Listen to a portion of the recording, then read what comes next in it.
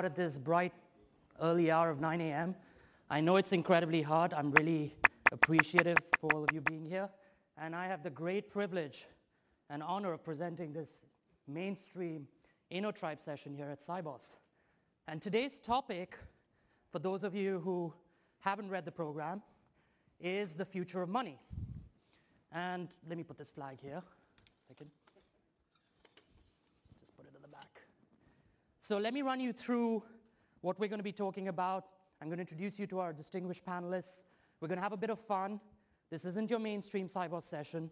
If you see the way we set up the stage, it gives you a little bit of idea of what we've been doing at Innotribe over the last 3 or 4 days. I mean, we've been having a lot of fun. We've had some amazing debate. We've had some amazing insights. I think we're poised, as a discussion we were having last night, to bring Innotribe to the mainstream. And I think we've got a great road ahead of us. So let me introduce the topic, the future of money. This is something that's in the back of all of our minds as we come to Sibos. New payment schemes are trying to enable peer-to-peer money transfers. This is disintermediating the banks. Banks are getting worried about this. Money is no longer seen as the sole representation of value.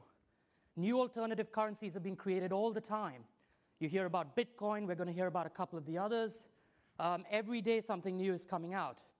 And new payment schemes are coming out, which are being proposed at the infrastructure level of the internet itself.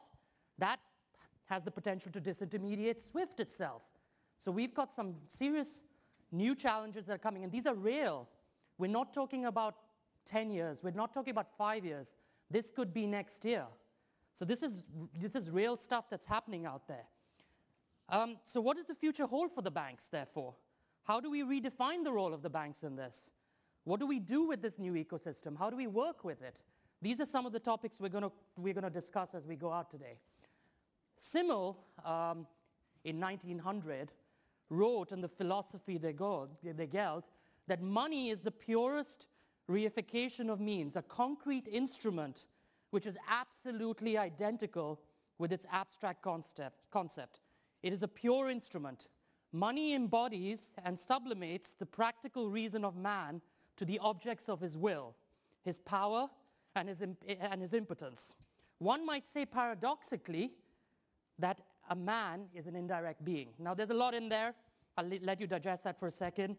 I'll give you one more quote which is really interesting, which is Negri and Hart in their book in Commonwealth that they wrote in 2010, wrote, "Finance became the most appropriate capitalist instrument for the external expropriation of the commons being social and natural resources, for example, water, friendship, mineral resources, general sentiment, operating in a condition of radical abstraction from production processes." So thinking is evolving. Thematically, we're all along the same lines. And I'm merely going to be a raconteur today, a provocateur. I'm going to push people a little bit.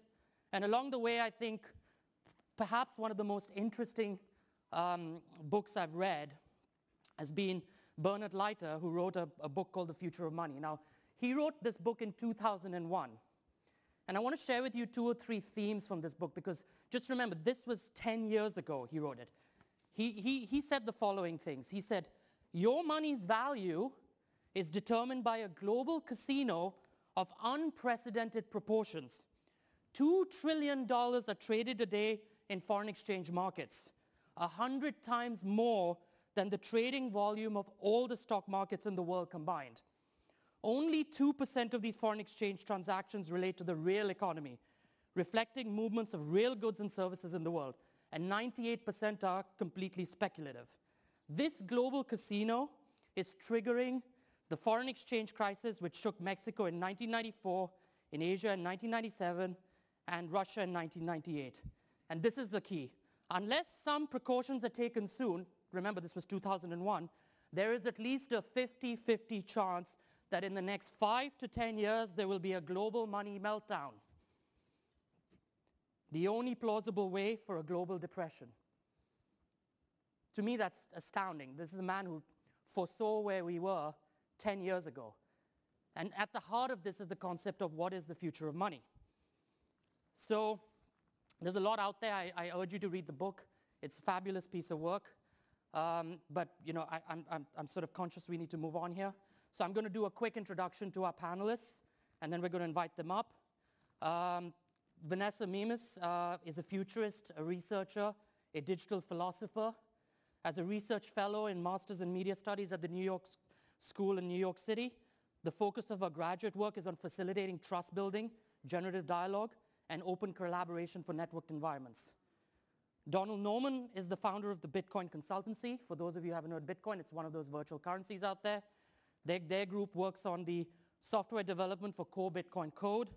Bitcoin is the world's first decentralized digital currency.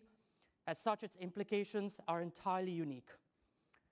As a commentator on the social impact of globalization, P2P finance and digital economies, Stan Stoutner is the founding director of Hub Culture and the Venn digital currency, yet another one.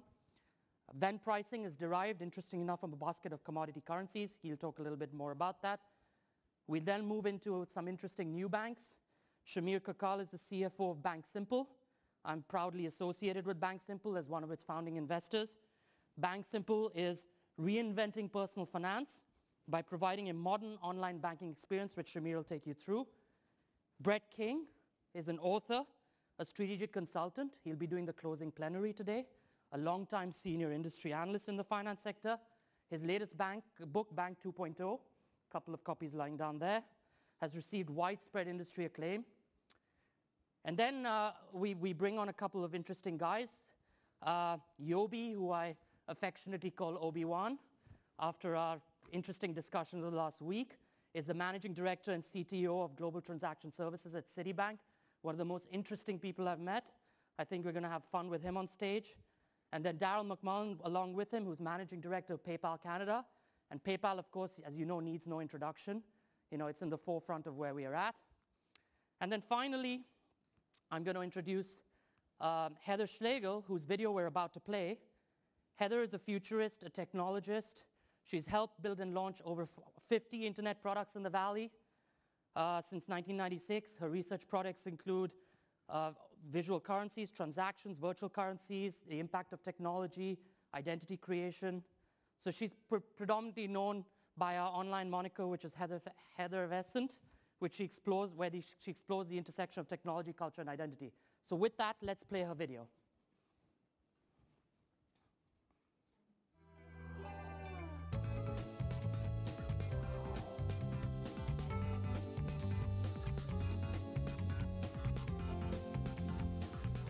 So is there a sunrise in outer space? Yeah, there's totally a sunrise.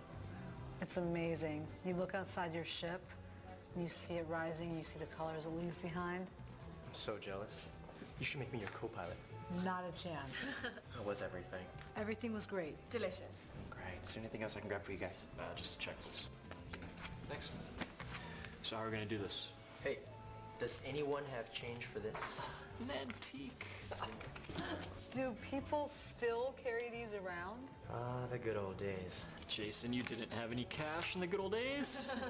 Well, cash couldn't do this.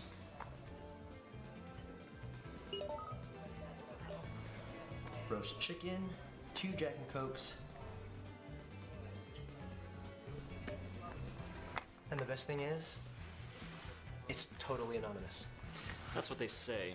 I'm not so sure. I still worry about who might be tracking this information and what they might be doing with it. No, here, let me get this. You got the tickets earlier. You sure? I insist. I rarely get to see you, at least in the flesh. Thanks for picking up the wine, guys. Sure. Our pleasure. Interesting. Our waiter has asked to be tipped in Blue Orbit credits. I can take care of that. You've seen our promotion? See the sun like you've never seen it before. Suborbital sunset.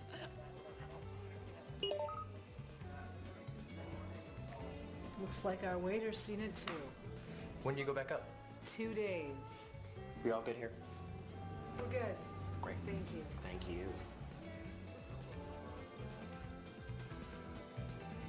Enjoy your trip.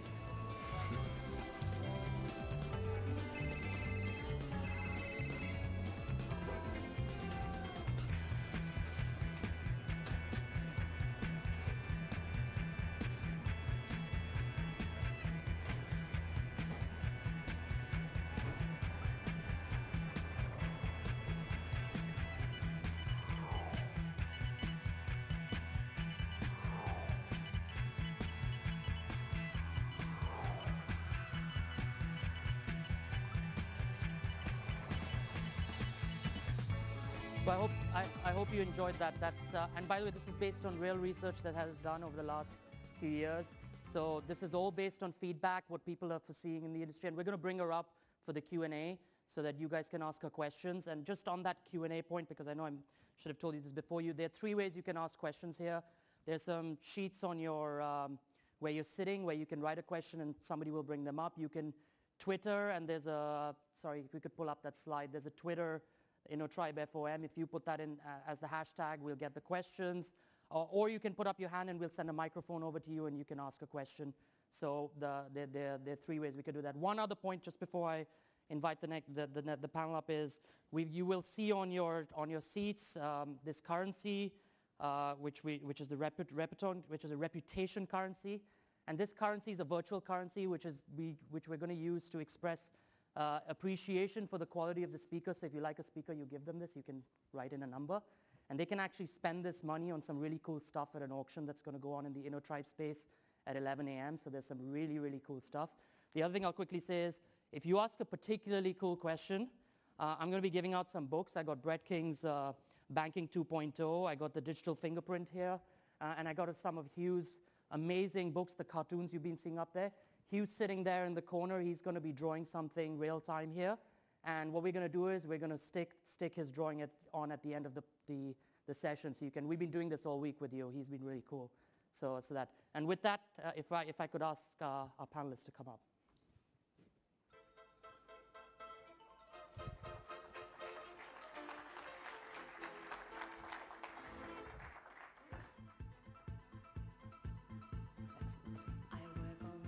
Great. So I'm going to hand over to Vanessa quickly. She's going to introduce a Future of Facebook video, which I think is very interesting. So over to you, Vanessa. Okay, great. Thank you very much. Well, this is my second time here at Innotribe. Last year, I presented a Future of Money video, which was supposed to provide a glimpse into the world of gift economies and social currency and barter networks. And this year, I'm working on Future of Facebook series, which is really intended to serve as a provocation for how we can see a digital currency, in this case, Facebook credits, to be used within a social network for micropayments and to incentivize some type of productive economic activity. So let's go ahead and play the video, and then I'll just wrap up with a few words after.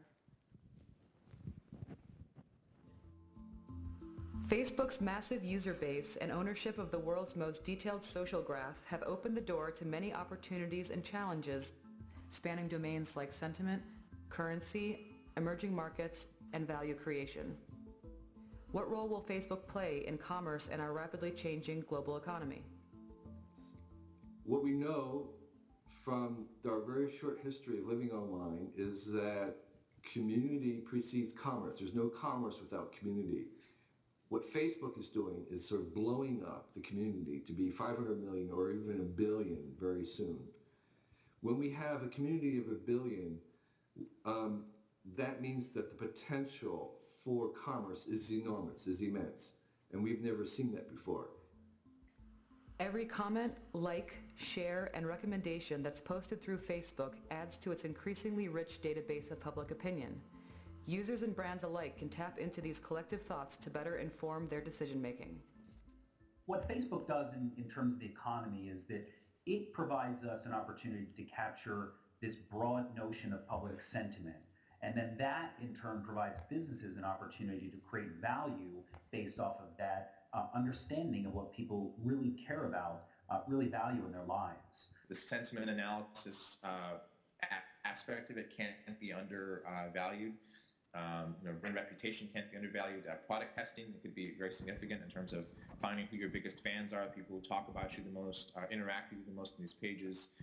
They won't just be brand ambassadors, but they potentially could be early focus groups, and then sort of see how those rapid product cycles are iterated against very quickly.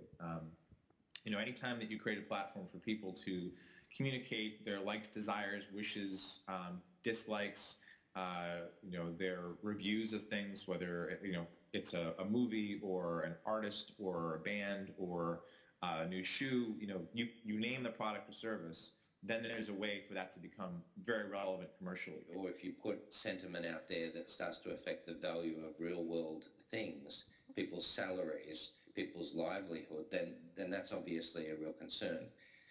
Could it be managed? Well, I don't think so. This is one of the concerns that you have from an economic viewpoint in terms of the Facebook effect, if you like, that it could have. Facebook is carefully probing the financial transaction space by way of credits, the virtual currency used to buy items in games and applications. Credits will soon be the only way to make a payment on the platform, thus ensuring Facebook profits off of each and every transaction.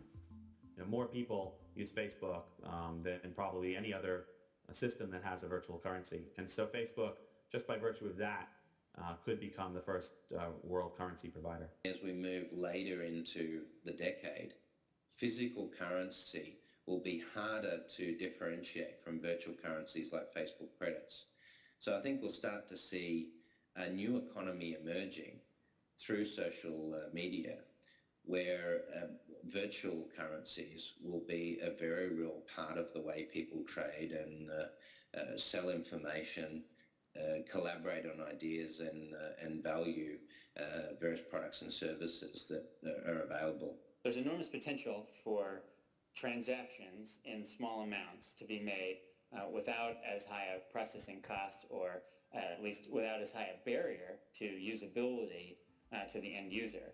As mobile phones saturate the world, they're enabling the emergence of a nervous system that will allow previously disadvantaged regions to gain access to global social, news, and payments networks in an unprecedented manner. Facebook aims to be the underlying operating system and thus could be a major game changer for emerging markets. What you're going to find in a lot of these emerging markets is that they're skipping generations of infrastructure. So when a Facebook utility shows up, it's probably going to show up, on mobile. The experience is going to be almost wholly mobile. Facebook has been a pioneer in building out a social layer for the web and making our connections and networks more visible. Many now wonder how Facebook will enable people to harness the power of these networks and their social graph. Turning these tools into something that can help us coordinate action or incent us to make things, to go places, to build stuff with other people is clearly something that's sitting there waiting to happen. Well, Facebook is already a major gaming platform. In fact, it's probably one of the main uses of Facebook is to play games, especially social games. One of the next things we might see happen is that with Facebook credits, which are already integrated with games and rewards in games, this may spread into the real world where a variety of outside vendors, various businesses, service providers can give us Facebook credits, can enable us to pay with Facebook credits, and can reward us with Facebook credits for taking actions that they want us to take. So now that you've got all the people connected, what are the mechanics, what are the incentives, what are the rewards, how do you make it fun for people to do productive things, how do you make it more interesting for people to cooperate on tasks, how do you transfer this freaky kind of information economy to where people can get paid for doing jobs in different ways that might not be working from 9 to 5 down at the factory or at the office, but might be doing something that adds value by promoting something, giving feedback on something that makes it better.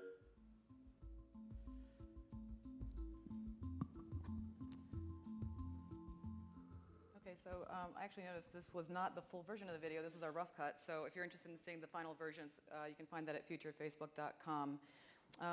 But anyway, so let me just give an overview here. So the point of making these videos was to begin to try to lay down the pieces of where the future of money is going and why I think it matters, rather than going into a bunch of examples about new currencies, because if you've been attending Innotribe this week, you've already been introduced to social currency, to new economies, and you're going to hear Bitcoin and Ven next. So instead, I'm just going to kind of go meta on you and try to paint the big picture that provides the context for all of these things. So when I think about the themes that we've been hearing at Innotribe this week, from social data and collaboration to digital identity, big data, digital assets, digital, this and that, the commonality that we're kind of seeing in all of it is that we're quantifying and digitizing ourselves. So we now have the computational capacity to express all kinds of interesting things and information about ourselves and the world around us that was just formerly hidden. So once we can kind of make this information transparent and measure it in some way, suddenly it matters because we can actually influence its direction a lot more intentionally. So this is actually where I see money is headed, that it's going to be expanded to be much more multidimensional and expressing a more robust notion of what we think of as value and wealth. I want to read this quote from Charles Eisenstein's new book called Sacred Economics, where he says, "Money is the primary agent for the coordination of human activity and the focusing of collective human intention." And when I read that, I was like, wow, that's such a powerful statement, you know, the primary agent for coordinating activity and focusing intention. And then I kind of thought, like, wait a minute, is this really the best tool we have for this right now? I mean, we throw money at problems all the time, and they don't get fixed. So that would kind of lead me to believe that perhaps this is actually not the best tool. There's something functionally wrong with this to actually accomplish the various goals that we have. So I think that people are actually waking up to this, and this is a big driving force of this transformation of new currencies. We know that we live in an incredibly complex world that operates as this interconnected living system, and the primary tool to navigate this complexity is this kind of very simple thing called money. You know, the way I think of it, it's like using a sharpened stick to perform surgery instead of a laser. You know, like not only is it just, you know, primitive and inefficient, it's unnecessary anymore. So, you know, I ask myself, why are we not developing these currencies and indicators and metrics that are just better and more robust, measuring things like quality of life, social health, environmental sustainability, trustworthiness, reputation, human connectedness, knowledge, creativity, innovation potential, and the list kind of goes on. And I think it's limited only by the vision that we have as people of where we might want to go next. What is the world that we would like to inhabit? What are we going to determine is important? How do we want to measure the health of our economies and our lives? And then what kind of tools are we going to develop to actually shape ourselves towards that aspiration? So that's kind of my view on the future of money. Why I think it's important is I see it as being very closely tied to kind of the next stage of where we go as a species, if I can speak that largely. So just to kind of wrap it up and bring it back down to what any of this really means for banking and for financial services, I think that yes, you definitely want to continue doing all the tactical things that are important to do and relevant to do right now, you know, engaging via social networks and enabling NFC payments and mobile transactions and all these things, but to also be foresighted and kind of really think about what does this picture look like when all these pieces that are bubbling up now that you've been hearing about all week kind of begin to coalesce into an infrastructure that really defines a new kind of system for value and wealth, and figure out how to position yourselves as an essential element that's going to service and support that model. Thank you. Thanks, Vanessa, Rana. So yeah, that was great. Obviously, it's hopefully you're starting to think a little bit around some of the themes that we're grappling with here. I just want to, before I get the next speaker up, I just quick quote from a guy called Keith Hart, who's written an amazing essay called The Persuasive Power of Money, because I think it's very interesting what he says, and I think it's a great introduction to the next speaker. What he said is that it's too soon to make out how money markets and digital information are interacting through the medium of the internet. So a lot around Vanessa's themes there. The latter enhances the dematerialization and cheapening of monetary transactions. In the short run, this seems to have increased money's persuasive power in world society. But in the long run, the effect may be to dilute money's significance. He goes on to say, taken much further than the present, these trends might lead to the uncoupling of money from the numerical values assigned to it by the state. People would be freed up to make up their own world algebra, employing constraints appropriate to themselves, whether as individuals or in communities of their own design. We might then be able to talk about the emergence of people's money, a true democracy, rather than the apology for the inequality that we are stuck with now. So some very interesting words, and with that, I'll hand you over. Good morning. So my name is Stan Stolniker, and I work for the social network called Hub Culture. Hub Culture was founded back in 2002 when I wrote a book by that name that looked at the social impact of globalization. And so that book became a community, and I was very kind of encouraged to see what they were saying earlier just a few moments ago, that from communities come commerce, and we've actually gone through that experience over the last several years. when Hub started, it was really kind of before the age of social networks, but we had a community of people who would meet in the real world, and we started doing events and activities that was designed to connect these people together. And I had a day job, so I did that for a long time at night, and we kind of missed the first kind of scaled wave of social networks. But for us, it turned out to be okay because we were thinking and operating in a very different way.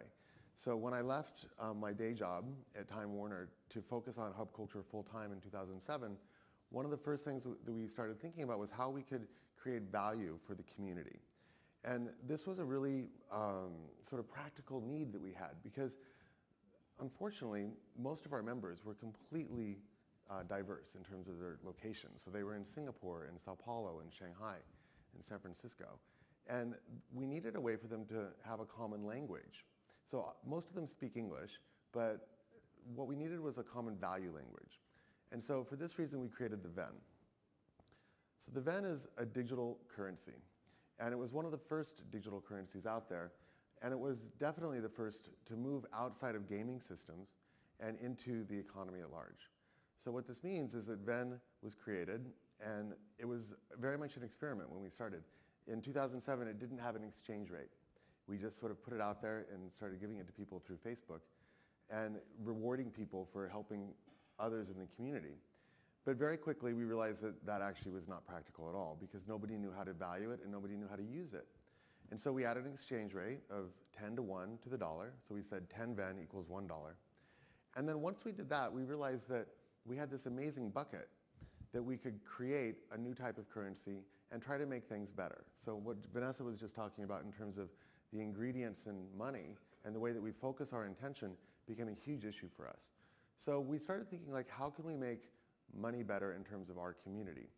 And with that, we actually decided to take it to a basket. So in 2009, it became the first digital currency in the world to move away from a peg to a basket. And that basket included carbon, currencies, and commodities. And we're really excited about the carbon because the carbon makes VEN the first green currency.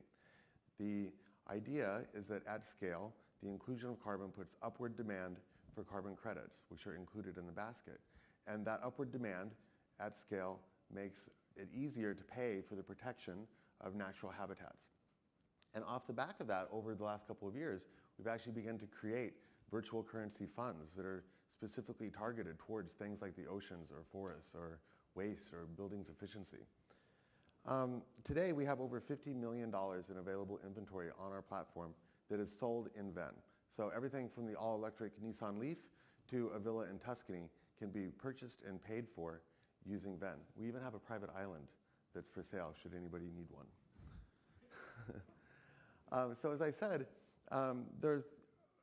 this basket sort of makes VEN better, we think. And the first question that people sort of ask me once they get their head around the fact that we have our own monetary system and that we kind of think a little bit like Ben Bernanke's, is that why? Like, why do you need a global currency? And there are three main advantages to VEN. Number one is global. So you're seeing the same PPP, pricing parity, no matter where you are in the world for the inventory that's on our platform. It's exchanged peer-to-peer instantly for free to anyone. So if you want to send a nickel to somebody in Singapore right now, you can do that just by a couple of clicks. Secondly, it's grounded. So using the commodities as a basis within the currency has allowed us to create a asset weighting to the currency that is extremely reliable. So the commodities are not a huge part of the basket, but they are enough to actually anchor the currency in hard assets. And then as I said before, it's green. So we really like that. So I'm going to talk a little bit now about how we see the future of all this, because there's big changes coming, and they're coming very, very quickly. So I love this picture. This is very much how I see old money. We come from a world like our whole life, but not just our whole life. For 600 years, money has actually been a function of the nation state. And that's absolutely going to continue. These new emerging value types are not going to replace the dollar. And they're not, well, at least in our case, they're not designed to threaten the existing financial frameworks. But what they are designed to do is create a little bit more flexibility within the system. And you could even say resilience. So we're moving from a world where we have a centralized, very slow-moving potentially kind of dangerous system to something that we think is a little bit more egalitarian and very much in the sense of innovation. And so we really look at 3 stages of the internet. From 1995 to 2005, communications were flattened. And I was at Time Warner during that period, so I saw it happening all around us. The business model for communications was completely turned upside down by the internet. From 2005 to 2015, I think we're really seeing this happen for finance. The overall effects of it are not totally evident yet, but the reality is that people are starting to think about finance the way that we've been thinking about communications for the last several years. And what that means is that we're going to move from a centralized to a decentralized system. We're going to have a lot of different types of money and a lot of different ways to exchange value. So the big question then becomes, how can Venn help? How can Venn be useful for you? We see several advantages around Venn, and particularly around Venn in the institutional markets. So we're making some movements that I'll be announcing sort of at the end of my speech that are going to help you be able to use Venn better. But the advantages that you can do with Venn right now are that you can already hedge exchange rate risk. Venn over the last 2 years has been about twice as stable as any single currency when compared to the market at large. You could think of it potentially as providing relief valve pressure for major currencies. We all know that in Europe right now there are a lot of issues around the euro and the way that these nationalized economies are able to function using the euro. The Venn could potentially become a way for relief valve pressure to be used to kind of take some of the pressure off the main currencies. It self-regulates externalities. So the inclusion of carbon and the use of carbon in that basket makes it possible to put upward pressure on carbon. All right, Stan, Yep. you have to Finish? we're running it. Okay. But So- I want you to make your big announcement. So the last thing would be, effective Monday, Venn will become the first digital currency available on Thomson Reuters. So if you use the VEN code, we will be on over 500,000 mid-market FX terminals worldwide. So you can check and manage your Venn pricing and track Venn very easily using Thomson Reuters. Yeah, and as you know, we have another exciting one afterwards. So that's big it. round of applause. So thanks very much. So I'm going to invite Donald up just to talk about Bitcoin, which is a little bit different from Venn. So you'll see some subtle differences. And then we're going to very quickly open it up to questions. You don't need this. Hi. So I am going to change the tone a little bit. I want you all to imagine something, all right? You have your computer, your mobile device, and you're connected to it. But it's not just the people in this room. Around the world, 100,000, maybe even 200,000 people are connected. And we're all agreeing to participate in an economy. And we're agreeing to participate in that economy based on laws, but not real-world laws, not laws that lawyers litigate over, jurors and juries arbitrate over, or that police enforce. I'm talking about mathematical laws, right? And you can think about this client that you're running sort of like a contract, sort of like a terms of service. And if you read English or Spanish or Mandarin, then you can read text in those languages. And if you're a computer scientist, you can read this code. And you can read what it says with complete unambiguity. So you can be 100% certain of the functions that it's going to perform. And that's what Bitcoin is. Bitcoin works based on mathematical laws, and that's why actually it has a lot of advantageous properties. It runs a lot like BitTorrent in that it's a peer-to-peer communication network, but there's something unique about it. It's the world's first decentralized currency.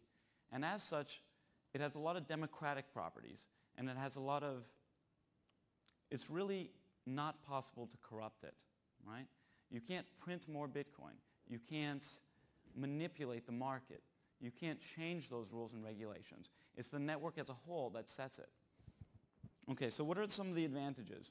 Well, you can send money anytime, 24 hours a day, 7 days a week. As long as you can connect to the internet, it can be Christmas Day, 2 a.m., you can send money. And I'm not talking about through a clearinghouse. I'm talking about actually sending money, all right?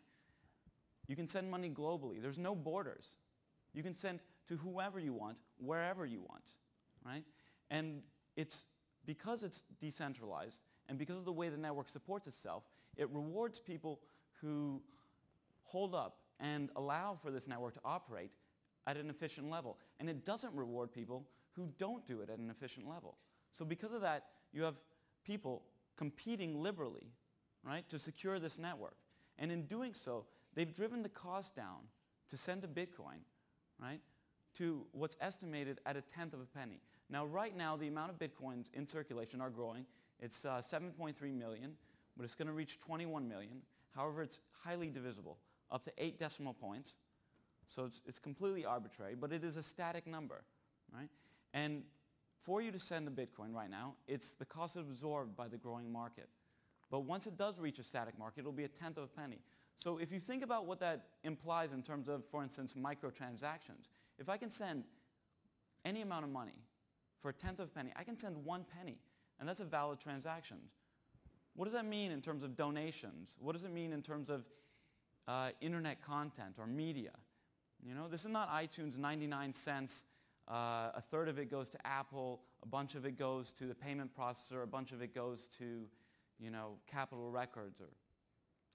This actually can all go towards the content producer. So it has some drastic implications. But it's not a perfect system right now. It's sort of akin to the internet before the web browser. And so the people that are using this system are really tech savvy. However, just like many people in the 80s predicted that the internet was going to change and revolutionize the world, that's why you have so many passionate people really supporting Bitcoin. And that's why you have this sort of movement within Bitcoin. That's why it's not centralized, right? Okay, so even though it's not completely end-user friendly, it's just a matter of time, and it's just a matter of code before you can really just click a button, like clicking like on Facebook, and be sending money, be paying merchants for money. Right now, a merchant can already download the client, or you can download the client, and start accepting money in this network right away for free. Right? You have no bank account, you only have access to your money, and no one can take it away. All right, I have one more thing to say, and that's Bitcoin started off as a proof of concept, and it's become a wildly successful proof of concept. But it has proven one thing, despite some of its faults. It's proven that the sending and storing of digital cryptographic data, because that's all money is now, the sending and storing of digital cryptographic data is not expensive, right? And this is an unregulatable market. So if regulations are going to impede and force the cost of these things up, then people are going to move out of the regulated sectors, and they're going to, you know, start exchanging their money and exchanging their value in a system just like Bitcoin. I don't know whether Bitcoin's here to stay, but decentralized currencies, now that we have the technology, are not going anywhere. That's great. Thanks, Dan. Donald. I'm going to just ask Heather to come up. So we're going to do Q&A. We're running behind schedule, so I want to try and speed this up. So I haven't got anything on the Twitter feed, but if somebody has a question, can they raise their hand? Let me pass that microphone over to you. And then if you could hand it back to me, that would be great. Hi. They'll switch it on. Do you want to sit on this? Yeah, it's on now. Hi, good morning. Thanks for this session. I'm Michael Doyes from Rabobank in the Netherlands. Very interesting presentation. I would like to ask Vanessa and also Heather a question on social media. I mean, the other day I heard a story from Scott Galloway. He was a professor of innovation at NYU Stern, where he said the web is dead and Facebook is the new internet. Well, as an industry, and I'm a banker, I'm really curious where you have the net generation that lives in this new fast world, and they find out things by sharing information, not hiding information. But as bankers, we need to know how are we going to tap into the talent of this net generation, connect to them, because these are going to be our future best clients, but also our bosses, our leaders. And that's a topic which is not really discussed here at Sibos. So how do we connect to this new net generation as bankers? Awesome. Vanessa, do you want to start? And then I'm just going to use the microphone. Well, I guess for a generation that is interacting in these digital spaces and where social currency is actually important, I guess that's where I see banks would have to evolve their model to be offering a support network for the digital transfer of these assets, and like we've seen with the other day with the proposal for SWIFT being this digital asset grid. I mean, that's where I see where I would want to interact with a bank or a financial service, if I have a very granular way of expressing my personal information, my data, if I can have a service that can help me to leverage that in some way that is beneficial to me, that's a service that I would pay for. So this area is still evolving. Everything that is going to be developed in this space has not yet been developed. I think we've just started scratching the surface of looking at some of what the trends are, where things could go. So as far as like engaging with like Gen Y or millennials, then I think paying attention, being open, not being judgmental. I look at this space and what's happening, and I think of the phrase, which a lot of people don't like, is embrace and extend. I really believe that the big institutions, banking institutions, I don't see them as bad or negative. There's a lot of value in the work that has been done to build the economic system the way it is today. I don't want to see that work gone away or thrown away. But we need to extend into these areas. We need to have courage to explore honestly like where these can go, because what's happening is that people want to put additional value on top of the existing financial transactions. And we need to build systems, and banks and other institutions need to build systems to be able to extend the paradigm that we currently have into these other areas and values that currently can't interface with the market system. Great, thanks. I'm going to take a Twitter question, and if you could put your hand up, and then we might have to move on. How does Bitcoin prevent drug money laundering, terrorist financing? Donald, do you want to comment on that?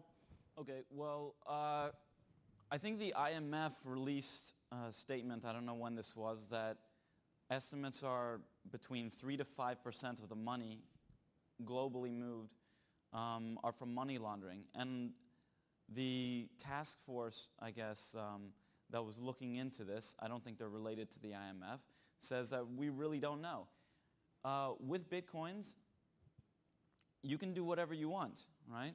So you can send it however you want. You can finance whatever you want. It's akin to digital cash, right? It's just like cash. So if you buy Bitcoins, once you have them, you have cash, right?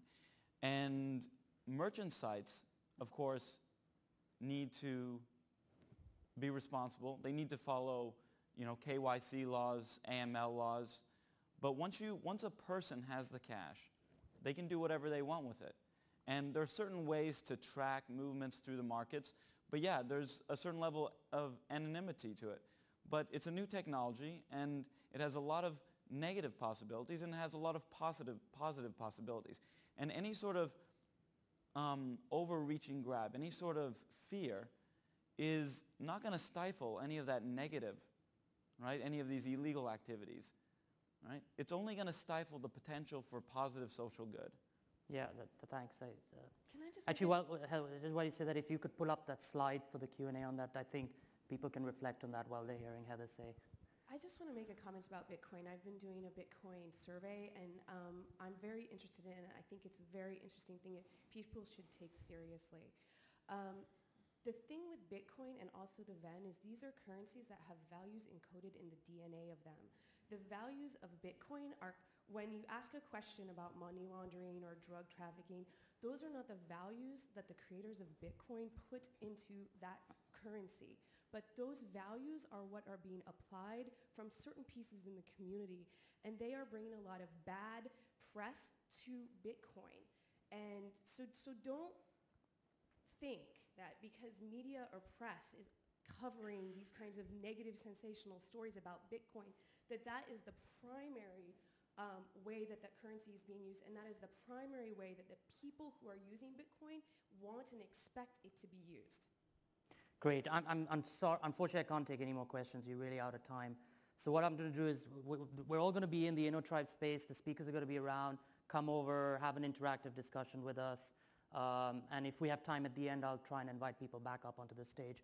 But a big round of applause for this round of speakers. And as we do, so while they step off, I'll introduce. I'm really privileged on the, we're going to have a bit of fun with this next one. This is old banking versus new banking, banking 1.0 versus banking 2.0, something that's core to what I do. And with that, let's go.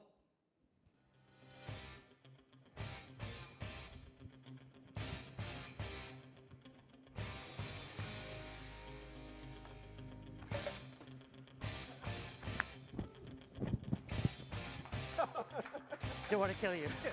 Watch my left hook. Yeah. Okay. So I'm really proud to present onto stage a couple of real innovators here, Shamir and Brett, who are really redefining banking 2.0 as we know it. And I'm going to start this session off because I want to make a big announcement of our own. That's supposed to be a drum roll, but we are really, really proud. We're really, really proud as Anthemis Group to announce our investment in Fedor Bank, which is our version of Banking 2.0. It's a full bank based out of Germany with an amazing management team. We've been working with them for a long time. We think it's going to blow the socks off the rest of the European banking environment. Sorry, but you know that's real. And I think to open the session, I'm going to play a video from the CEO of Fedor, who couldn't be here because he was actually doing a supervisory board meeting to approve our investment. So off we go. Matthias Kroner.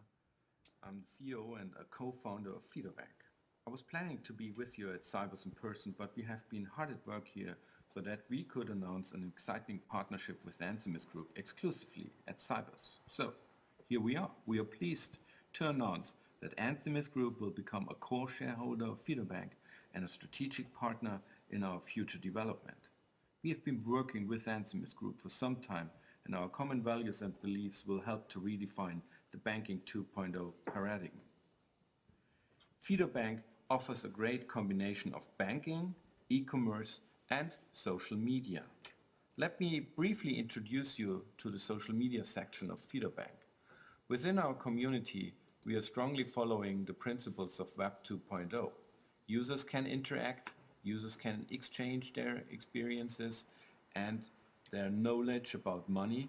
Users can rate and recommend money experts, rate and recommend products, leave tips for other users or advices for other users how to save money, or product suggestions. As you can see, 826 suggestions how the user wants to have a product or to improve existing products. And so on. Of course, users can compare their financial behavior with other users, or they can participate in surveys actually about payment currently running on our platform. Jumping over to the product itself, which is called Fedor Pay Account. The Fedor Pay Account, which we offer for retail customers as well as in a version of Fedor Pay Corporate Account for e-commerce professionals. Here you see on the top line my total assets. You will see that we integrated also here Web 2.0 and e-commercial behavior within that. Here you have a overview of how much you have in your e-wallet at Fedor Pay Account. This is the sum of how much you lend to friends or how much you borrow to friends. You can have saving products at the Fedor Pay Account.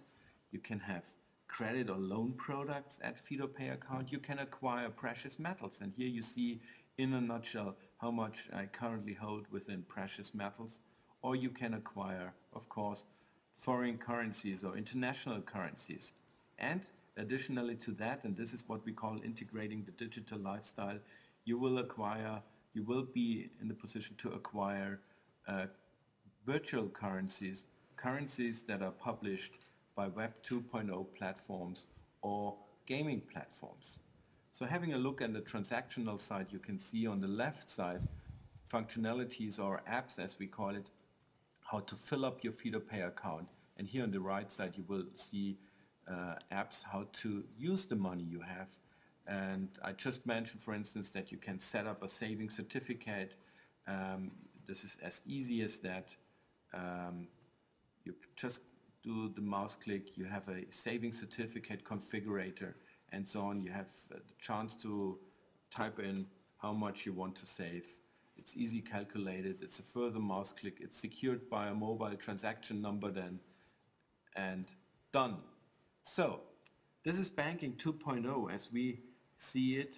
This is all integrated within Fedor Pay Account, and I'm very thankful that you gave us the attention to be introduced to Fedor Bank. Have a nice Sibos event and all the best to you. Thank you. So we're really excited about this. You can see, this is, by the way, real. They have a banking license. It's real. This is live. 5,000 customers, 45,000 wallet customers, 99 million euros in deposits, real. And I'm also excited to say that we're going to integrate the VAN currency into the wallet as soon as we can. So you're going to be able to buy and sell VAN currency. You can hold all your virtual currencies there. You can do peer-to-peer lending. So this is the future of banking 2.0. And with that, I'm going to hand over to Shamir, who's going to show you his product, which again, we're very proud to be associated with. Thank you, Uday. And congrats. So I thought I'd start off by telling you guys a little bit of the story behind Bank Simple. I originally started my career as a software engineer and then went over to the dark side and became a McKinsey consultant. About 2 years ago, one of my classmates from business school sent me an email, and the title of the email was, "Let's start a retail bank." I thought, what's gotten into Josh? But we started talking, and as we talked, we realized that fundamentally, banks in the US make money by keeping their customers confused, and that there was a real opportunity in addressing this problem, right? There's a whole generation of people who have grown up with the internet, with Facebook, with Twitter, and they just want an intuitive, easy-to-use online bank. And that's what we set out to build, and I'll let Josh tell you the rest of the story. Let's cue the video. So today I'm going to give everyone here at Sibos a quick preview of what we've been working on at Bank Simple. Bank Simple itself was born out of my frustration with how outdated and unfair the banking system was. The amount of work that I had to do to get simple questions answered was ridiculous. Bank Simple eliminates these frustrations by crafting a user experience that is designed around speed and simplicity, with the tools to help customers better understand and engage with their own money. Bank Simple replaces your bank and gives you one card and one account. We unify a variety of financial services from our partner banks into a single, easy-to-understand product. Our technology is real-time and automatically learns and evolves from customer behaviour. So now that we've logged in, I want to draw your attention to the Safe to Spend balance you see at the top of the screen. This shows how we approach things really differently from existing banks. Note, we're not showing you your available balance, rather we're showing you what you're safe to spend. The way this works is we take your balances from a growing portfolio of financial products provided by our partner banks, and we subtract out any future commitments, such as bill payment, pending transactions, or savings goals. And what this does is it answers the question that everyone has. What can I safely spend today without harming myself tomorrow? With this approach, we're taking age-old banking concepts and making them more relatable to how people actually think about their money. So let's have a look at the transactions view. As many of you may know, Bank Simple is moving our headquarters from New York to Portland, and Portland is a very bike-friendly city. So I often ask myself, I wonder how much I'm going to save on transportation costs living in Portland versus New York. I'll probably be spending a lot less on taxis and subways and spending more on riding my bike. This is a really simple question, but it's probably not worth the 20 minutes or so it would take to answer from a competing bank or other service. What you're seeing on the screen right now is how fast it is to interact with the Bank Simple product to get answers to these sort of questions. I can't emphasize this enough. Speed is really important. There was this great piece of research that came out of Google that showed that if they slowed down their search results page by a 200 millisecond increment, which is the speed of a blink of an eye, if they slowed it down by the blink of an eye, 1 in 5 people would walk away. What we are doing is transformative. By making things fast, we lower the barriers from people to answer their questions. And we understand that consumers have a continual stream of questions about their money, and most of them go unanswered. However, with answers, we believe consumers' anxiety about their finances will decrease and their financial behaviour will improve. Let's take a look at another example. So last month I was in Portland and I went to this great restaurant. I can't remember its name. I forgot to check in on Foursquare, but I did use my Bank Simple card. Let's see if we can find it now. So it was a food transaction, it was last month, and it was in Portland. Great. Now we see it on the screen, Henry's Tavern. What you've just seen is an example of our natural language search. This is empowered on the back end by some pretty intelligent cleaning and categorization work that we're doing. Now we know others have tried cleaning and categorization services, but what we've found is that when you do a half-hearted attempt at this, the results are more often wrong than right, and it just leaves customers with more questions than they started with. We, on the other hand, take hundreds of signals from each transaction and combine it with geospatial databases and merchant databases and do some pretty serious machine learning to achieve never-seen-before accuracy in this. And we do all of this work because it gives customers confidence in the results they see. And when you combine that with how fast it is for them to interact with the service, we believe customers will have no barriers into getting quick answers to the questions they have about their everyday finances. So BankSimple also supports some bill pay. What you're seeing on the screen right now is our bill pay interface. It just so happens that I owe my friend Adam $20 for a zip card that we shared in Portland, so I'll pay him now. And I think we can all agree that what you're seeing on the screen is fast, it's easy to use, and it's gorgeous. And with our real-time processing, you can see the immediate results of the transfer. Can't take the Aussie out. I have a lot of expenses related to my Portland move, so I've set up a savings goal to help me budget for that. Goals are a simple yet powerful saving and budgeting mechanism. Instead of asking customers to set up individual savings accounts, we just ask them how much they're saving, when they need it by, and we take care of the rest. Now, on the back end, we may be placing those funds in checking accounts, high-yield savings accounts, or even laddered CDs. And we inform that choice by the individual customer's behaviour. We look at how an individual customer spends, how they earn income, and what their goals are to find the right product for them. You can see that interacting with the product is really simple and it's all in language that they understand. Customers can pause goals, which means that we're going to stop making daily contributions. They can lock goals to partition away the funds from their card spend, which helps them better enforce their savings goals, but also gives us a very strong signal as to which financial product to use. And they can also add funds to the goal to get there a little bit sooner, and this is immediately accounted for in the Save to Spend. So we just had a quick tour of our web app. We also have a complete mobile application, and we have complete feature parity between the web app and the mobile app.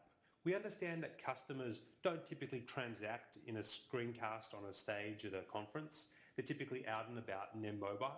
So the mobile application has to be fast, it has to be context aware, and it has to be easy to use. One of the real benefits that you see of our real-time processing is particularly on the mobile application, where customers can tag their transactions, they can add photos, they can geotag, but also the real-time processing allows us to close the engagement loop between spending and seeing the impact of that spend in just a few seconds.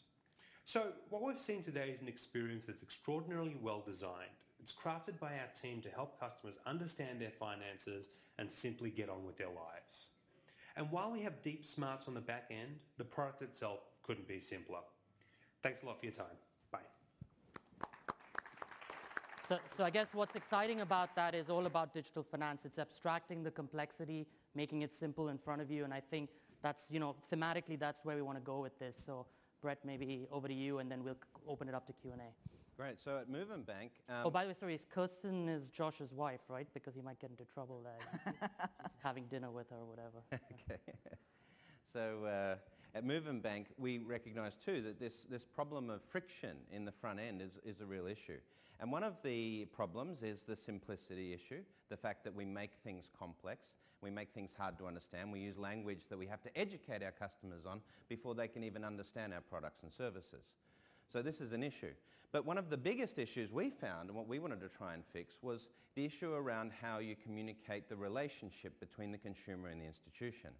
At the moment, particularly when you want to qualify for a credit product, you go to a bank and you have to jump through all of these hoops, and then the bank says, we don't know whether or not we want you to be our customer yet. We'll see whether or not you're too risky or whether we want you to be our customer. So this KYC and risk layer at the front actually produces a lot of friction. In the United States today, for credit card companies, 50 to 70% of credit card applications are rejected. So if you start your business with the proposition that half of your customers that are coming to you, you're going to reject, then we believe this is a problem. So we've created CRED. So CRED is a new way of viewing the relationship between a consumer and an institution. And CRED is more than a credit score. It's a way of really creating a very transparent relationship between the consumer and the bank. The way it does that is it looks at other metrics apart from just your credit score. It looks at your social influence, your social reach, your economic value to the business, and it looks at your behavior, most importantly. So the credit score is a lagging indicator of a behavioural problem. You only find out when an individual defaults on the credit facility. But with credit, we can see from your day-to-day behaviour whether or not you're likely to default. And we can help to manage that relationship by talking to the customer about the way they're spending and the way they're saving. In addition to that, if you take a marginal credit-rated customer and you look at the value that he has to the institution, today, if you take that marginal credit score customer, most banks will say, too risky. We might look at that same individual and we say, well, let's look at why his credit score is the way it is. It turns out that actually from a behavioural perspective, this guy pays his bills on time. He's never really had a problem. So why did the credit score take a hit? Well, about a year ago, he went guarantor for a loan for his brother. And his brother had a business that during the financial crisis went under. And as a result, his credit score's taken a hit. But his behaviour means that he's actually not a risk. Or another customer with a marginal credit score comes in, asks for a $500 credit facility with a credit card, and we look at the influence he has on social networks. He has 5,000 friends and followers on Facebook. So we say, you know, we could pay this guy to go and get referrals from these individuals, or maybe we could just do that by giving him access to a line of credit. The other key thing about Move and Bank is our tagline is no paper, no plastic, no hidden fees. So the big change in the way banking will happen in the future, and as you can start to see with Fedor and Bank Simple and the things that we're doing, is banking is no longer a place you go to. Banking is about something you do. And increasingly, what you do with your bank is detached from the physicality of banking. So we've started to detach the physicality of banking by getting rid of all plastic cards, all checks, and all forms of paper. So the only way you'll be able to transact with Move and Bank is through a mobile-enabled device. And the future of banking really is about that, the connection with the customers every day and making it easier for them to bank every day. And we've been built as an industry on making it more complex so we can hide our fees and hide risk and manage all of those things. But the new social, transparent world means that those traditional values are being destroyed. We have to work differently. Great. Fantastic. You know, it's just so exciting. This area, I'm just always excited every day by the innovations that guys like, you know, Brett Shamir and Josh and Matthias do, you know, the stuff they're creating. I think they're really challenging some of the paradigms that we see out there, and I think this is a really exciting space to look forward to. So with that, I'm going to open it up to questions. Can we, hands up, anybody, questions? There's a hand up there, if we could get a mic there, please. This is a question for Fedor, the Fedor presentation. You mentioned that it's not just for retail customers, but also small and medium-sized enterprises. Is that correct? Yeah, that's correct, yeah. So what are they doing?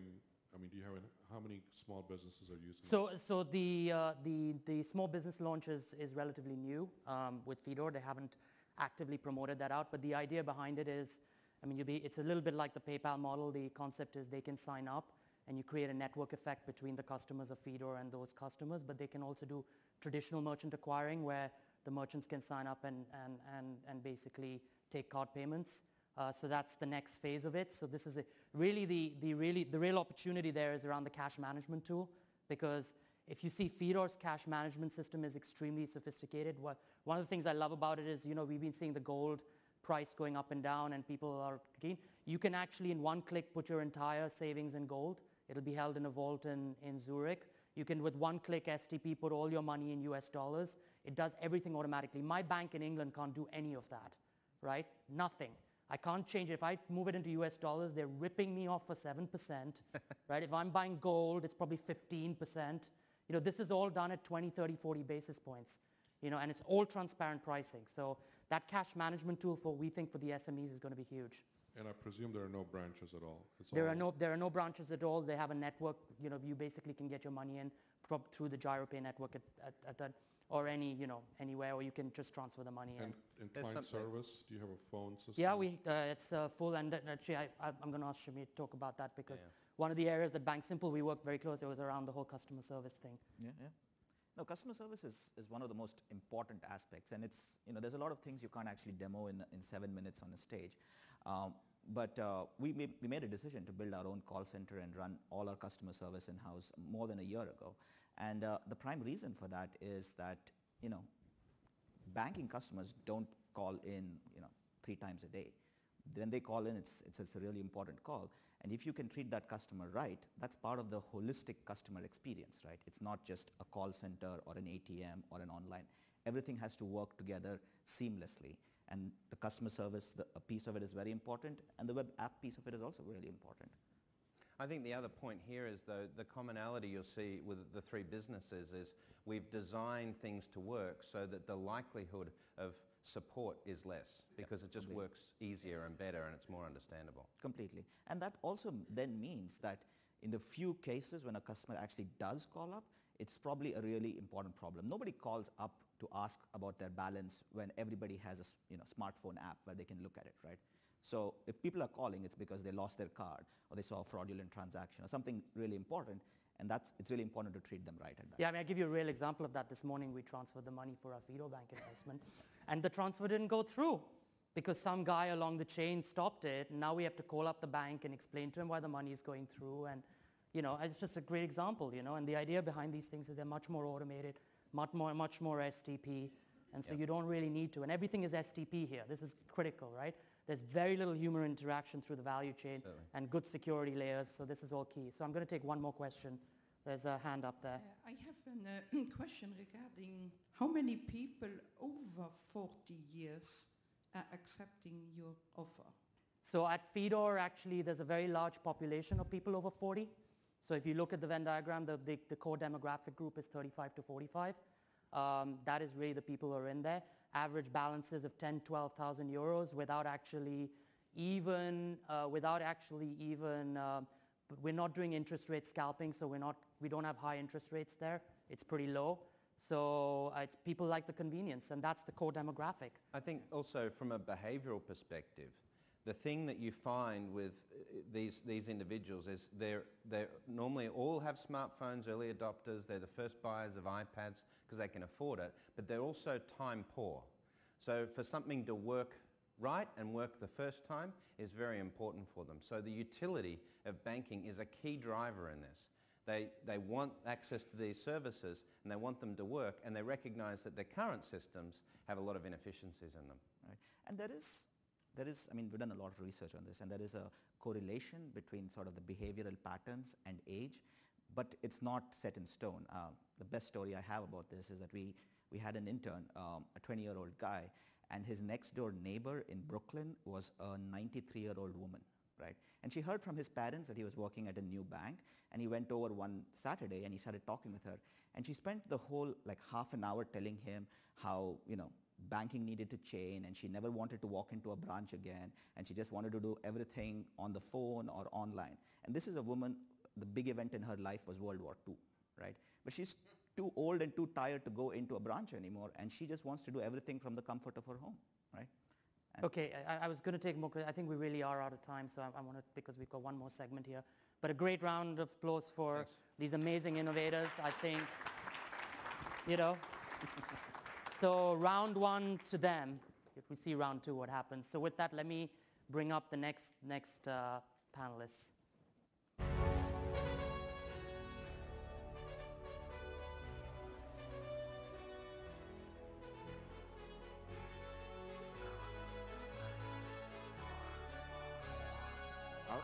You're gonna wear the gloves, right? All right, great. So let's cue straight in. I'll hand over to you. Are you going to cue up the video first, or how do you want to do this? Sure. You want me to talk first? Hi, everyone. It's great to be here. It's actually my first Innotribe. And it's great to see this panel. I know there's a lot of talk these days about digital wallets. But it's good to see the topic here, not just about digital wallets, but more about the future of money. And there's a lot of things that we have aspirations of being about. And a lot of people are wondering, what's PayPal up to? What are the next things that PayPal is looking at doing in the ecosystem? So I want to cue up a video that gives you an idea of some of the things that where we see money going.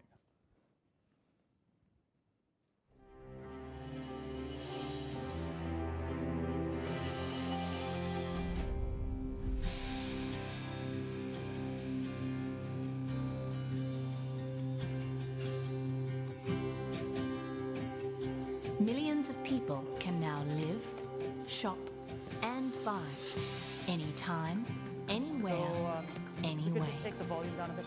So that's pretty cool. So he hit the phone to the other guy and the Because money they will move have across. What Yeah, happened there? so that exists today. That's our existing PayPal app that's available on Android and iPhone phones, where you can actually use bump technology. When you're in person, you want to be able to transfer money from one PayPal account to another, you simply tap phones. Great. So this is a great example of a father actually giving an allowance to their daughter, and now she's going out on a little bit of a shopping spree. And so she's now taking a picture of the barcode there because I think her size isn't available in that store. Is that right? Yeah, and I Instead of think searching. we're going to talk about a little bit about this after the video. It's not about just the actual purchase, but the pre-commerce experience is about to change radically in a lot of ways. And we think there's a role that PayPal can play to disrupt the existing commerce experience and shopping experience. And so here he's picking up some coupon, right? As he walks into the store, this is a coupon that's coming onto his phone. So sort of a little bit of Groupon, PayPal convergence going on here. Yep, exactly. What's interesting here is you see that's an existing point of sale terminal. And the idea here is you're not necessarily using a new technology, but being able to use and leverage existing technology to access your PayPal credentials. And that integration you've already got in place in some markets, I assume, or? Yep, there's testing going on right now. Just testing going on. So there the coupon was picked up and it automatically went into his transaction, and then it sort of transferred over to the point of sale. Is that what was going on? Yeah, so if you think he walked into the store, he saw a barcode and a coupon experience there that gets preloaded up into his PayPal account or PayPal wallet. And then when he goes to actually complete the transaction on another device, you access your same PayPal credentials and complete the purchase and get the coupon. Great. And there she seemed to have got a cash reward for buying a bunch of things there, and she's bypassed the checkout because she's already paid. Exactly. So she didn't even need to stay out at the checkout. So that's... It's feeding the need for a whole new kind of convenience. No one likes the lineup at Starbucks, right? So being able to pre-order your coffee or whatever you want. So she did that on her in-dash navigation system, right? Yeah. Exactly. And it's letting you decide how to pay. What's interesting here is, we'll talk about this a little bit, separating the purchasing from the payment experience and being able to actually see what you've bought and shopped for that day and then choose your funding mechanism afterwards. So you're holding everything kind of in escrow and then you fund it all when so she pays. it's a whole new way of kind of managing money. Does that allow you to aggregate transactions as well to lower ACH costs? And from our perspective, Yeah, for from the your- customer, yeah, there's various different ways of looking at it depending on the different funding mechanisms. Great. Well, that was really cool. So, yeah, I mean, we didn't want to show the video. We kind of want to explain. There's a whole bunch of different scenarios there. I think the one reoccurring theme that you see there is that whether we like it or not, we've entered the era of the connected consumer. So it's not just about having a chip on one phone, and it's not about just stuffing credit card credentials on one chip. The reality is most people on average have about 7 connected devices, whether it's your work computer, your home laptop, your ebook reader, your phone, your Xbox, your GPS system in your car. And the challenge is for merchants, they're very confounded on how do I deal with all these technologies and how do I keep up with the connected consumer who wants to connect with me and buy with me in all these different ways. It's the biggest challenge for any merchant in any country right now is what are the bets on technology that we need to make? And if you think of what PayPal has done over the last 12 years in the online world, PayPal is not just necessarily another payment network. I think what we've done very, very well is look at the friction in the commerce system today and what's happened in e-commerce and try and position PayPal as addressing the friction directly and be that universal adapter, being able to allow essentially a payment network that sits on top of all the other payment networks. And it allows for new transactions to happen, individuals to be able to do credit card transactions, cross-border transactions, multi-currency transactions, all these new ways of being able to pay in gaming. This is where PayPal has gotten its traction over many years. And we see that's our offline roadmap as well, is to actually look in that same space in the offline world and say, what are the friction points? What are the issues that need to be addressed today? There's no doubt a lot of great new technologies that are out there. But the challenge is you can't necessarily dictate to customers what phone they should be using, what operating system they should be using, and you can't dictate to merchants what technology they should be betting on. We don't believe if we aspire to be a payment option that's available anytime, anywhere, to anyone on any device, You need to be a much more ubiquitous solution than just betting on one technology. And so when we're thinking of PayPal, think of essentially your PayPal credentials. The way it works today was we're essentially reimagining money. We've got over 100 million active PayPal accounts now globally, accessible from 190 markets, 25 real currencies and more currencies to be added. And the whole idea is how can you access your PayPal credentials from the cloud from any existing device that is part of your life.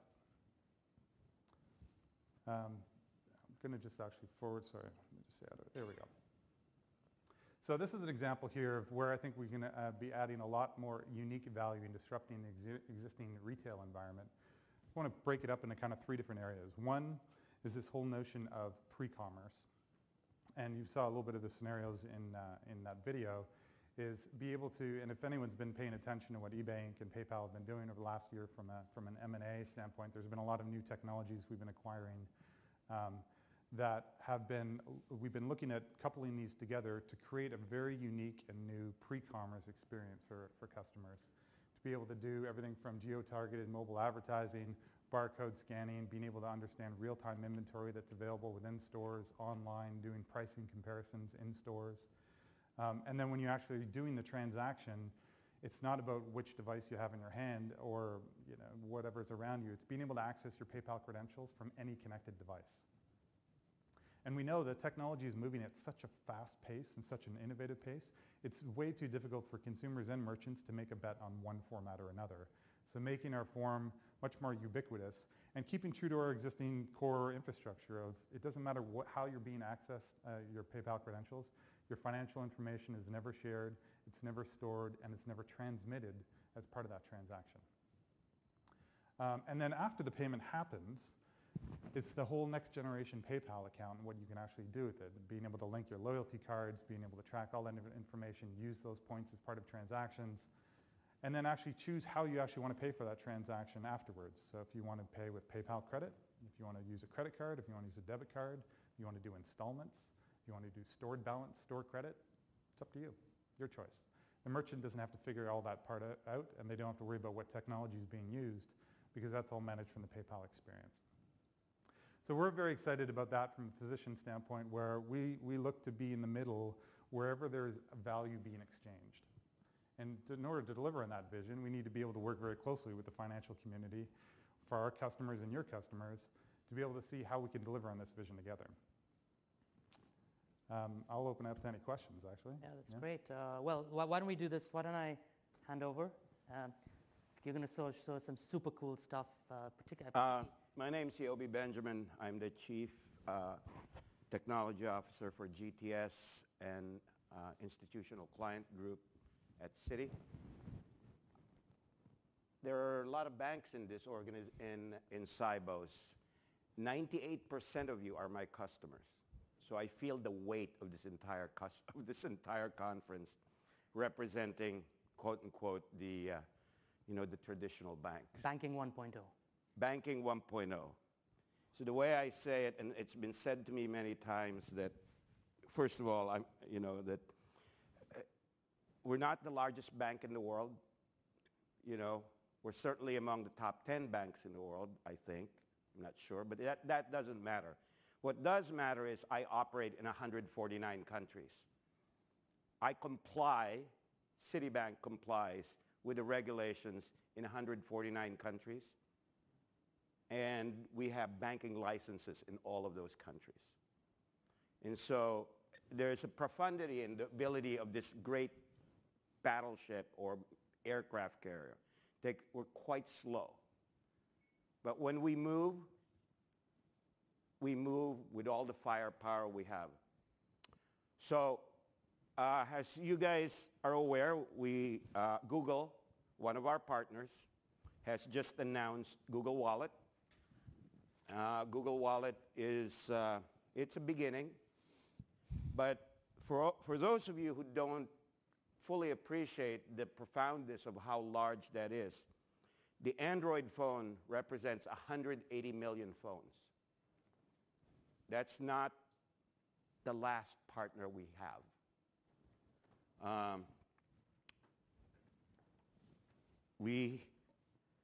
We've taken an approach of basically enabling all our partners, including the banks. And by the way, I want to thank Daryl here, because Daryl is actually a client. I actually am also his bank. And, you know, we work very closely with PayPal. We have a very cooperative relationship, because in countries where PayPal needs to operate, you know, and they need a banking partner, we are their banking partner. So I thank PayPal for their partnership. But how do I do this? I think they'll switch it on. It's just two? It's on one, so if you just get that up there. There we go. Okay, so these are, let's see how many platforms we have over here. These APIs, by the way, I'm probably the only person you will know who walks around with 8 phones. And the reason why I have 8 phones is I travel globally. And when I travel globally, I'm my own test bed. So I can walk different protocols, different operating systems, different carriers. It all works. This is available today to our partner banks if they choose to go and partner with us. You can call Bharat. So some of you who are our bank customers, you can call him. Our goal is not to compete with a PayPal or any of the new banks. Our goal is to facilitate the business of PayPal and to facilitate banking. To give you a sense of how large we are in terms of not only in coverage, geographical coverage, and regulatory coverage, on a typical day, I move $3 trillion. On an okay day, I move $9 trillion. To give you a sense of how that is, I move 1 quadrillion a year. 149 countries. And so, and I move it from increments of a penny to several trillion. This is what we do. And we are truly the lumbering bank, you might say that, but we also have the capability to do this. Our API, again, is available to those of you who want to work with us. And by the way, as I said earlier, Google is not the last company we're working with. In the next few months, few quarters, I mean, as little actually as 2 quarters, you will hear of equally large partners, if not bigger, that are going to, that will be working with us. With that, it's a very short spiel. If anybody here... Yeah, let's take it to questions. That's great. Let's take it to questions right now. And you really need to use this opportunity. You've got 2 fantastic people up here. So anybody has questions, hands up, Twitter. Send your, if you want to send your questions up on the sheet of paper, put your hand. There's a question there. Let's take that one. Any other hands so I can send the microphone over to you? Oh, come on, my fellow bankers. Come on, help me out here. The question up here, so if we can get a microphone there. Sorry, go ahead. So the Citigroup wallet solution, is that Google Wallet just came out with an announcement yesterday showing a demonstration of what was going on in Palo Alto using MasterCard's PayPass system. Is this the same? It's the same. We are the bank behind it. The partnership is MasterCard, Google, Citi, and Visa just signed up. So it's pretty fun. Everybody's coming to, as I said, it's a come to Jesus moment, you know. So this demonstration in Palo Alto, and there's one other location you're doing this at, another merchant?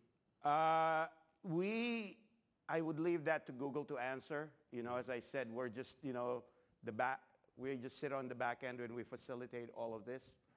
It's really, the reason why we have an API approach to all of this is you actually want to do your own experience. Every bank here wants to do their own experience. What we offer is this global facility to actually do this seamlessly. You know, we do trade money today. You know, we do foreign exchange, and you know, nobody really notices when you hit a send button from your dollars and it turns into a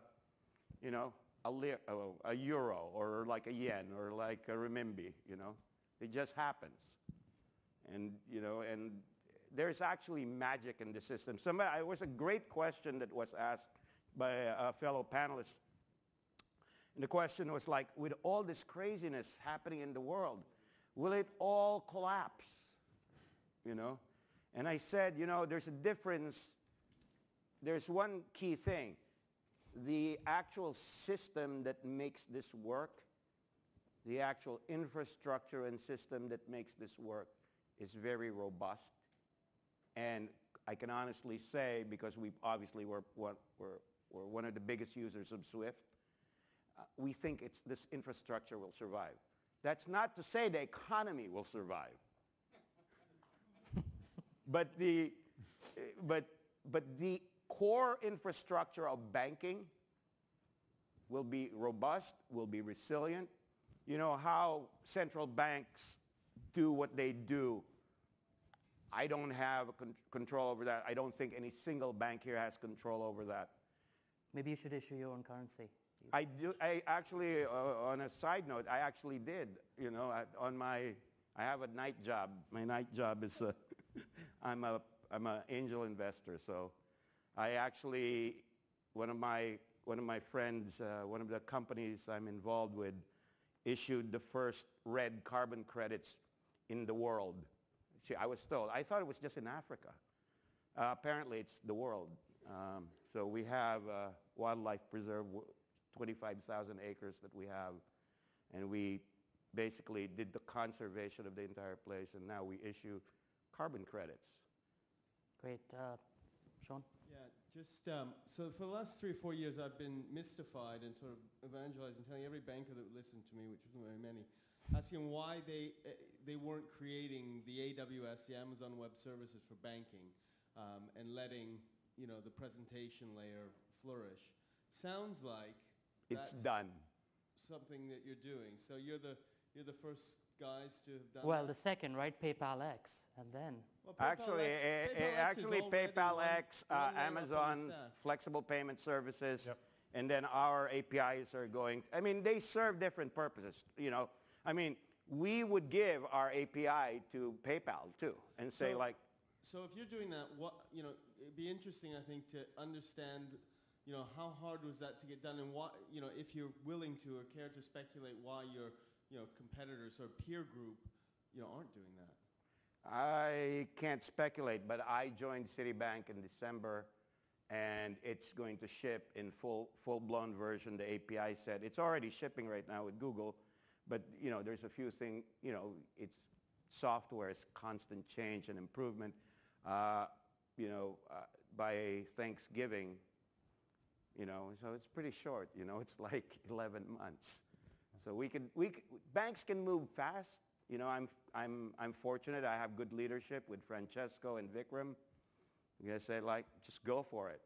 As you can see, I don't look like a banker. Opening up the platform, I think, was very critical for PayPal 2 years ago when we made that decision. The amount of innovation that we had wanted to build on our own platform, our own roadmap just couldn't sustain it. So just making that transformation and enabling and unlocking the innovation by providing a pretty rich suite, even our initial set of APIs was pretty wide-reaching for people to be able, and we saw some pretty amazing use cases of new products, and there's a lot of actually VC money from investments of new businesses that were generated based on building applications off of our open platform. So we're pretty excited. So we have a question there. Very quick, please. Question there. Okay, is it possible that, and this is tying back across the whole session, that the providers of digital virtual currencies are going to get too caught up in the technology and not enough focus on regulation? I think PayPal had that experience in Australia a couple of years ago where it had to sort of fall into more regulation. So should some of these other companies have perhaps bigger regulation areas than perhaps what they might have at the moment? Yeah, the real interesting thing is that you get the pace of innovation up here, new business cases, new use cases, new currencies happening, and you've got regulation down here that is often backward-looking, not forward-looking. And so the challenge is you've got all these new use cases that are developing that there is no regulation. So you have this real kind of gray area often where you say, okay, how do you deal with this under the existing confining rules of regulation? And it's a challenging mindset. I know we've worked with a lot of the governments around the world, the Australian government, the Canadian government here, and the US as well, about what's that balance of innovation and regulation. And opening our developing platform was probably a good example of that, saying we found all these new use cases that no one had even thought of transacting this way before. So sometimes we're lobbying and working with regulators saying, hey, how can we standardize this to make sure that everyone's comfortable and happy and safe? But at the same time, don't stifle innovation with heavy-handed regulation that isn't forward-looking. I agree with Daryl 100%, but to my colleagues, and as I said, I do have a night job as an angel investor, so I really appreciate innovation. But one thing I will point out is that I used to work with, be careful, work with three-letter agencies in the United States. And those agents, the existential threat of terrorism is real. Some people might say it's not real, it's you're scared, boogaboo, but it's real. I can assure you of that. Money laundering is real. You go to Mexico, there's 40,000 dead people that's been shot already, dead. It's real. And so these are the things that we, on this side of the table, all my fellow bankers and regulators, I don't say fellow regulators, I guess, we worry about this. And it's a daily struggle. But at the same time, it's our job also as bankers to explain to regulators, because they don't know what they don't know. It's our job to go over there, sit in front of them and explain, there are ways around this. Sorry, I'm just conscious we want to take one more question there, because we're out of time, so.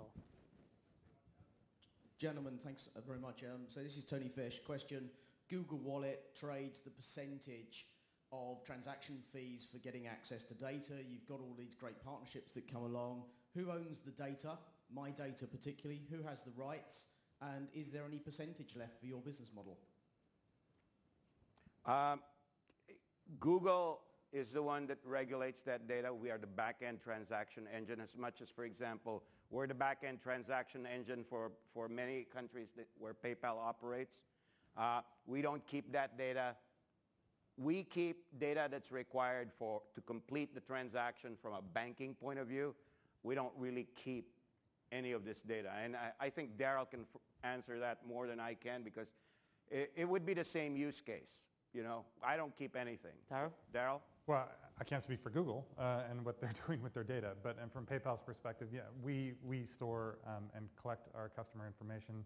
We never share and store that information as part of a transaction and as part of a merchant engagement interaction. And I think that's key as any new technology comes along as well. It's a big issue is where's your data and information being stored? Is it being stored in devices? Is it being stored in data sets with merchants? That's been the core piece of why PayPal has been so successful in terms of being able to manage fraud a lot more effectively and being able to have a true closed loop network where you can see the buyer and seller before that transaction happens. There's a ton of information that we have to be able to manage and fight that fraud before it actually happens. But I don't know if I'm answering your question in terms of what Google is doing with the data and how that relates to their revenue stream. I think we're going to have to let Google answer that. We're also really out of time. That's Google's question. Really out of time. So firstly, thank you, amazing speakers. Great. Can we give them a round of applause quickly? Thank you.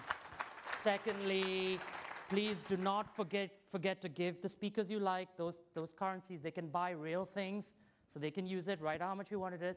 And thirdly, I'm going to just connect this to Mumbai, where some of you were there, some of you were not there, where we had an amazing 2 days of debate around financial inclusion with Innotribe, and we were proud to do that. So I'm going to ask you all to stand up, put your hands up and cheer as you leave the room. Come on. Come on. Way, come on. Thank you very much. Hope you enjoyed Innotribe. We're going to make this mainstream hopefully next year. And the amazing Innotribe team. Thank you.